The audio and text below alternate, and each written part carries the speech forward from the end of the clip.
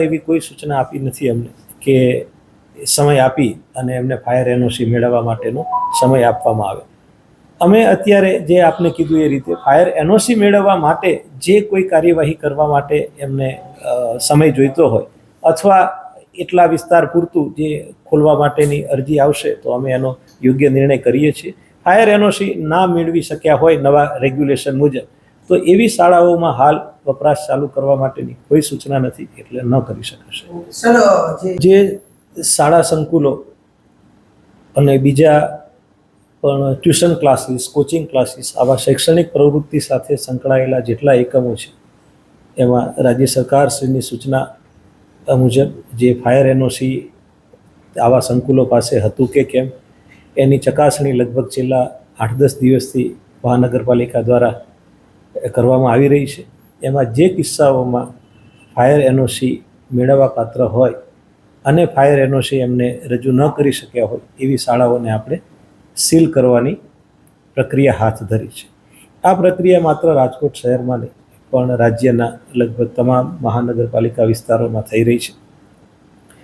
આપે જે પૂછ્યું કે જેને ફાયર એનઓસી લેવું છે એવી શાળાઓને માટે એમની રજૂઆતોને ધ્યાને લઈ અને આગળ શું કાર્યવાહી થઈ શકે એના માટે મહાનગરપાલિકા કક્ષાએ આપણે એક કમિટીની રચના કરી છે. એ કમિટીમાં રાજકોટ મહાનગરપાલિકાના 3 નાયબ municipal commissioner, chief fire officer અને પ્લાનિંગ ડિપાર્ટમેન્ટના ટીપીઓ, એ જેટલી અમને આવી રજૂઆતો મળે છે આવી રજૂઆતોની એ કમિટી એ સ્ક્રુટિની કરે છે અને ત્યારબાદ જે શાળાઓને ફાયર એનઓસીના દાયરામાં આવવા માટે જે કાર્યવાહી તેમને શાળા સંકુલમાં કરવાની થાય છે તો માત્ર એનઓસી લેવાના હેતુ માટે જે કાર્યવાહી કરવાની થાય એને સીલ ખોલી આપવા માટેનો committee case two case base ઉપર નિર્ણય લે છે. અને જે શાળા સમય મર્યાદાની અંદર એ જરૂરી ઇન્સ્ટ્રુમેન્ટ ફાયર એક્ટ મુજબના, ફાયર રેગ્યુલેશન મુજબના જે સુવિધાઓ ફાયરને લગતી આપવા પાત્ર થાય છે એ આપશે. ત્યારબાદ ફાયર ડિપાર્ટમેન્ટના જે અધિકૃત અધિકારી છે એ ચકાસણી કરી અને એને ફાયર એનઓસી આપવાનું કામ કરી શકે.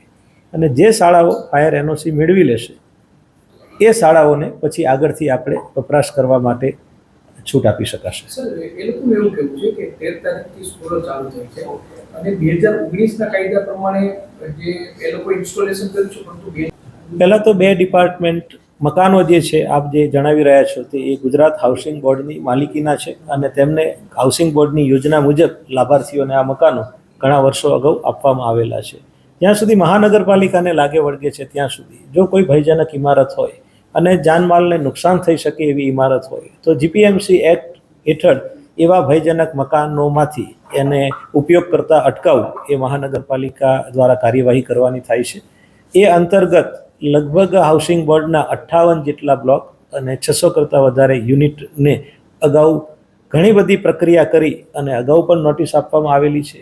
ગયા જુલાઈ માસ દરમિયાન મેં જે રેકોર્ડ અને અધિકારીઓ સાથે ચર્ચા કરી છે તે મુજબ ગયા જુલાઈ માસમાં પણ એમને ઇવેક્યુએશન કરી દેવા માટે જણાવવામાં આવેલું હતું. તેમ છતાં લગભગ 1 વર્ષ જેટલા સમયગાળા દરમિયાન કોઈપણ પ્રકારની કાર્યવાહી એમના વપરાશકર્તાઓ દ્વારા કરવામાં આવેલી નથી.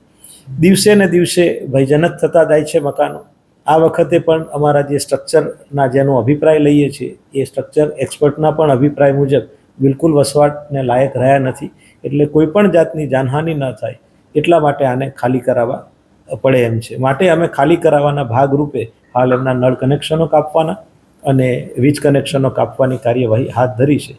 1-2 દિવસમાં એ પૂર્ણ થયા પછી ઇવેક્યુએશનની કામગીરી હાથ ધરવાની થશે અમારે. એવું વ્યક્તિગત રીતે હટાવવા જોઈએ ન હટાવવા જોઈએ એવું સામાન્ય કોઈ બયાન એટલા માટે ન થઈ શકે કે દરેક આવા એકમોને, દરેક આવા સ્ટ્રક્ચરને ચકાસવું પડે, એની સ્ટેબિલિટી ચકાસવી પડે. જીડીસીઆરની જોગવાઈ મુજબ એને મંજૂર થઈ શકે તેમ છે કે કેમ, એના માર્જિન હોય, એની ઘણી બધી બાબતો જીડીસીઆર સાથે સંકળાયેલી હોય. એટલે આવી જે કિસ્સાઓ અથવા રજૂઆત આવશે એને અમારું ટાઉન પ્લાનિંગ ડિપાર્ટમેન્ટ જે છે એ સીજીડીસીઆરની જોગવાઈઓને ધ્યાને લઈ અને દરેક કિસ્સામાં અલગ અલગ નિર્ણય કરવાનો થાય. એક એવો સામાન્ય ન થઈ શકે કે ભાઈ આ ડોમ છે તો એ ડોમવાળા ઇમ્પેક્ટમાં પાત્ર નહીં થાય, આવા ડોમ ઇમ્પેક્ટને પાત્ર થશે, એવું ન હોય.